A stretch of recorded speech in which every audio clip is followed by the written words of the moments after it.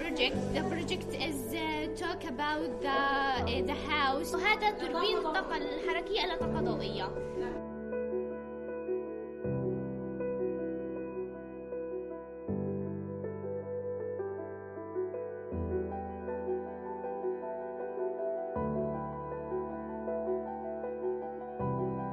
أنا توجيهي بقدرش أوفر دروس خصوصي زي أي بنت، بس خايفة إني ما أجيبش المعدل اللي أنا بتمناه أو ما أفوتش نفس النجاحات اللي كانت قبل، لأنه هلأ زي ما أنت شايف ما فيش بيئة إنك تدرس فيها، ما فيش شغف، ما فيش طاقة، ما فيش مدرسة، ما فيش أجهزة إلكترونية إنك تدرس عليها، ما فيش كهرباء، ما فيش ضوء، في الليل الضوء ضوء الجوالات.